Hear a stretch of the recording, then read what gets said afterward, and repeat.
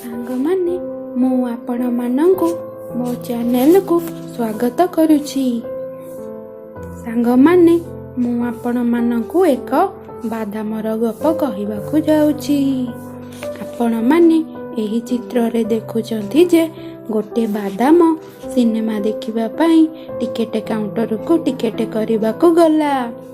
Ticket କାଉଣ୍ଟରରେ ଭାଲୁ ନାନୀ ବସିଥିଲା। ସେ ଭାଲୁ ନାନୀ ପାଖରୁ ଗୋଟେ ଟିକେଟ କରି ଆସିଲା। ଦ୍ୱିତୀୟ ଚିତ୍ରରେ ଦେଖୁଛନ୍ତି ଯେ ଭାଲୁ ଭାଇନାକୁ ଟିକେଟ ଦେଖାଇଲା ଆଉ ଭିତରକୁ ପ୍ରବେଶ କଲା।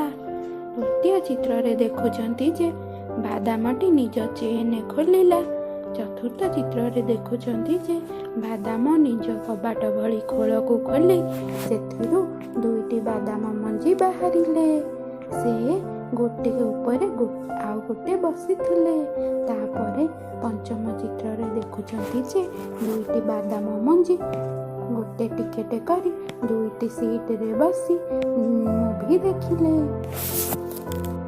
ଆପଣମାନଙ୍କୁ ମୋର ଏହି ଚିତ୍ରର ଗପ କେମିତି ଲାଗିଲା ଦୟାକରି କମେଣ୍ଟ କରି କହିବେ।